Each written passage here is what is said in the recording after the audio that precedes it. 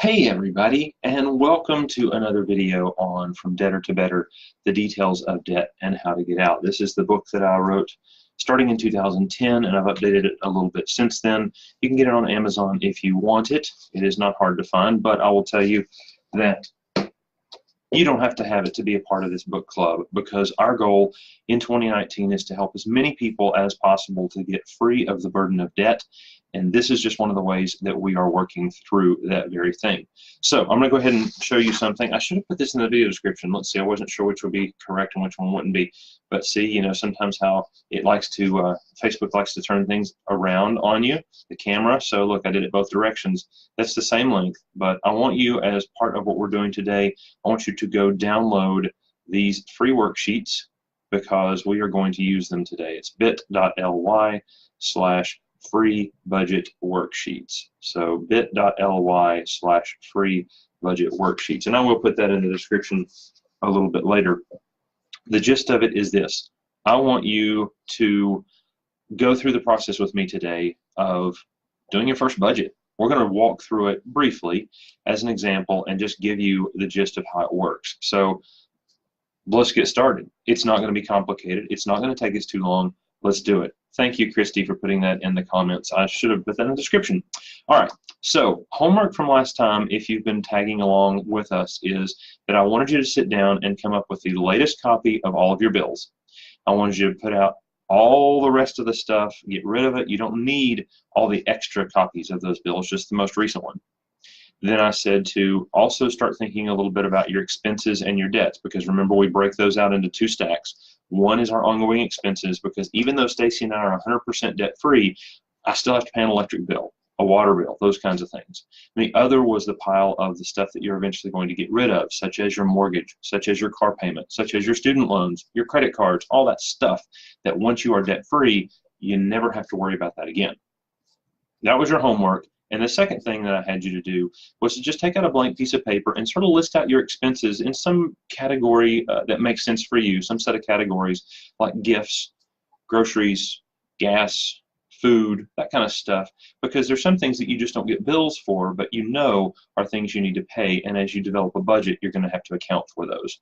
So a little teeny bit of review, then we'll dive right in. First off, remember that we are doing a different budget every single month before that month begins. So the reason I'm starting this whole budgeting exercise today is this will give you some time to work through and figure out the kinks as a trial run, so that next month, when you begin your actual real budget, then you'll have some practice under your belt and you'll really know what to do. All right, so that's why we're doing budgeting at the beginning of a month as I'm recording this video, so you've got some time to really work through it and pay attention as the month goes on to what you might be missing. I hope that will be helpful, and the timing worked out well to make it happen that way. Second thing is, you are doing a different budget every month. So you're doing a different budget because each month looks a little different. January and December don't look the same when you consider the amount you spend on gifts.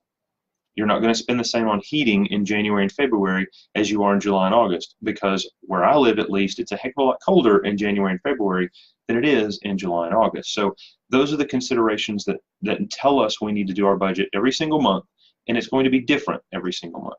All right, with all of that, if you haven't already, I would encourage you to download the worksheets, but here's what I'm going to do. I'm going to walk you through them. I'm not going to show them on the screen because they're really pretty simple. The whole purpose of the three worksheets that I will talk through to sort of help us set the foundation are to make sure that we don't forget something. Because remember, we've got to answer the questions of how much money do I have coming in and how often. We also have to answer the question of what kind of things am I saving for? What's my savings plan? Then you have to say, what are my major debts and how am I repaying them, and what are my ongoing expenses? I don't know that I got those four in the same order I talked to them about them before, but those are the four questions I need to answer with every budget.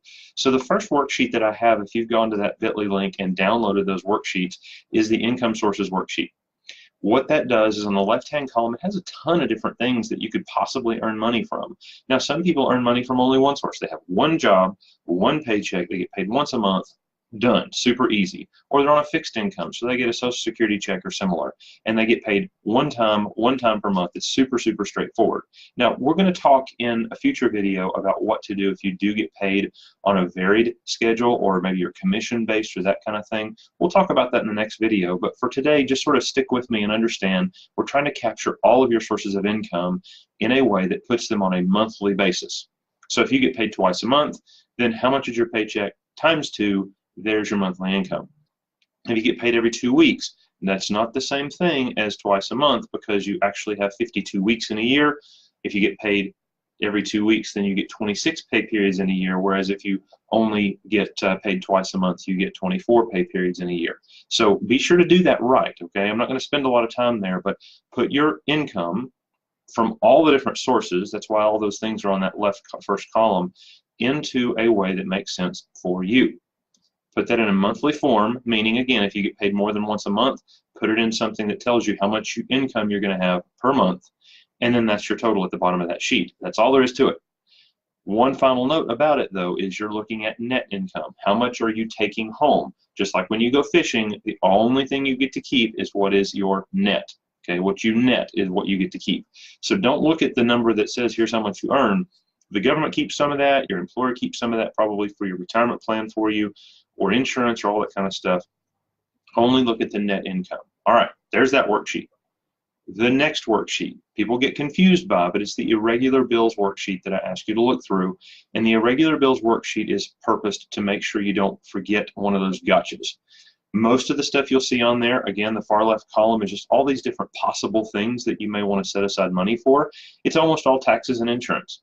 You know, I pay my property taxes one time a year. I pay my income taxes every quarter, but then we have that end of year because you do the full thing and blah, blah, blah.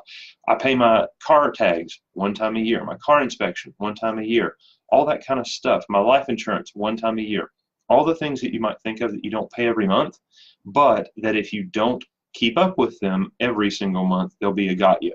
Now, let me give you a quick example on that one. I have people every single year that call me and tell me they have an emergency.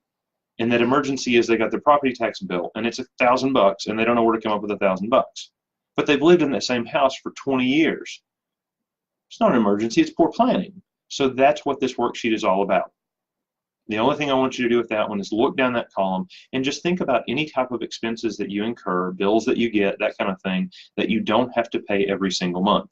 If it's a big enough number that you do have to pay when the bill comes due, put it on that worksheet and divide it out. So, for example, let's say that you have car insurance, for easy math, that is $600 every 6 months. Well, if you can afford to pay $600 and not bat an eye on a monthly basis, great, go for it. However, the more normal situation is going to be that you need to set aside $100 every single month so that when that money is required of you, the $600 every 6 months for your car insurance, you have it in hand. And all it has done is been a $100 blip on your financial radar each month rather than a $600 blip one time. It hurts. It's like, excuse me. So that worksheet is purposed to do that. The last one is the monthly bills worksheet. The monthly bills worksheet is pretty much blank because what it looks at is those last two things that I mentioned to you, the ongoing expenses and the major debts, the stuff that you pay every single month. Guess what? I still have an electric bill that comes to my house every month, a water bill every month, all those kinds of things. Those are the things that go on there, as well as your Visa bill and all that. Now, this one's a little different because I want you to look at it from the perspective of you've got who it is on the left. The next thing is your amount, and that is going to be the amount of your minimum payment. The next thing is your due date. This is important. Do not write the day that you pay the bill. Write the day that it is required that you pay the bill. There's a big difference. So if you happen to pay all these bills on the 1st, but they're not due till like the 15th and the 18th and the 22nd, write the actual due date. That will become important in just a moment, all right? And then the last column is for notes. So let me give you an example. Let's say that we have a Visa credit card with a minimum payment of $50 a month that's due on the 15th, and it's got a $5,000 balance. So Visa goes in that first column. The amount of the minimum monthly payment goes in the second. The 15th, which is the due date, goes in the 3rd, and then the overall balance goes in that notes column, just so you have it as something you're aware of. And if you want to put the interest rate or anything else that's relevant to you, that's what that is purposed for, all right? Now, again, I didn't show these on the screen, so it is important that you go again, and I know it's in the comments, but bit.ly slash, I'm holding the wrong, not the right direction, bit.ly slash free budget worksheets. Go to that URL, download those worksheets. It will be helpful for you, I promise. So those worksheets are the first 3 things that you see if you download that file. It's just some PDF pages. The next thing that it is in that file is how I teach you to do a budget, because it's super complicated. Are you ready? Here's the way I teach you to do a budget. I say, use a calendar. That's it. Use a calendar. What? Use a calendar? Yes, use a calendar. Let me explain this to you briefly.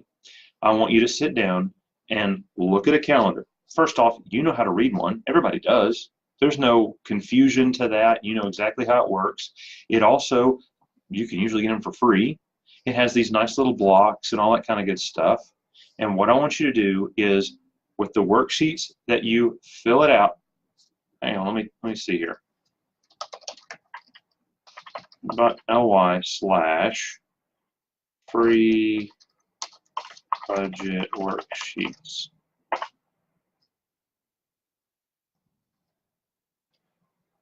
That one works. It may be because you did put it in all caps, which I did as well. So try not capitalizing. My apologies if that does not work properly, but I just put it in there. Try it not all caps. That may make a difference. If so, again, I'm so sorry. Anyway, grab a calendar. And that calendar, what you'll want to do is you'll want to take and fill in the blanks. So fill in the day that you get your income. When do you get paid? Fill in the day that your bills are due. Fill in the various things that are about your financial life and watch the money flow through the month. Now, I know that's a little difficult to do when there's not this visual example. So also in that package of files is an example of somebody who makes $1,800 a month. They go and get gas and groceries every Friday. They pay to charity or give their tithe, or however you want to look at that. They have normal expenses associated with life. And I've given that in a couple of different ways. So in that file, you will find the 3 budget worksheets that I've gone over, a calendar that will show you sort of how this works out as an example, and an example of the actual math that's going with it, which is a categorized budget. So that file is very important. But the point is this. Here's how I teach you to do a budget. Get your calendar. Get out your calendar after you've figured out, as I said from my homework last time, just sit down with the latest copy of all your bills and make sure that you know your financial situation. How much money do I have coming in? How much money do I have going out? Now, you've got the entire month here that I want you to sit and focus on. All right, let's fill out the calendar. When does money come in and when does money go out? And think through that process. Now, I know it's a little fuzzy right now. The book probably does a better job of explaining it than I just did, as well as the visuals are important. But when all you've got is video and it's live, it's sort of tough for me to walk through it in some detail. But I wanted to give you a brief overview and explain the basics of how that worked. I also want you to understand that it's not going to work the first time that you try to do it, because you're going to sit down and you're going to say, okay, all right, Barry, I get paid on the 1st and the 15th, so I can fill that in. I get paid this amount and this amount. Done. Okay, my rent's also due on the 1st, so okay, put that in there. I know how much that is. You know what? I think I'll follow along with your example, and I'll commit to getting gas and groceries every Friday, so I'll fill that in. Okay, good. We're doing good so far. And then you're going to forget something really obvious like, oh, yeah, you need to eat. You're not going to put the eating out that you have to do 3 times a month because you have these commitments. Or you're going to forget gifts because your kids have birthdays and they probably would love for you to get them a gift. Or you're going to forget, toilet paper. You're going to forget something really, really obvious. But as you get into this process, that's why I want you to do it this month as a trial run. So look at those worksheets. Pay attention to how this works for you, and then what I'd like for you to do, if you have questions, I'm going to put in the comments in a moment, and I may even put it in the description as well, how you can reach out to me, okay? So this is where the rubber meets the road, and I've told you up to this point, we're really trying to get the groundwork set, and then last time and this time, we're really talking about the budget, which is how we get our money to behave. So what I want you to do, I'll put it in the comments and also in the description of this video. If you need to reach out to me for questions, please do. There's no charge for that. If you need one-on-one coaching, I do also offer that at a charge, but if we need to go there, we can, all right? But again, here's how you start. Don't make it complicated. Download the worksheets for me, and then I promise this will be easier once you practice a little bit, and then after a couple of months, you'll be a pro.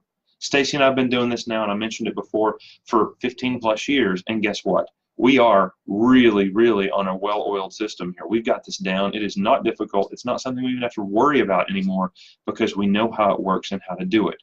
Do this exercise. Spend your time doing this, and that really is your homework. Download the worksheets and start playing with the budget for this month so that when March comes along, you're in full swing and really know what's up. That's all I've got for you today. I know it's a little bit maybe fuzzy for you if you didn't get the worksheets yet, but go download those, and I promise it'll make a ton more sense. Thanks so much. Have an awesome day.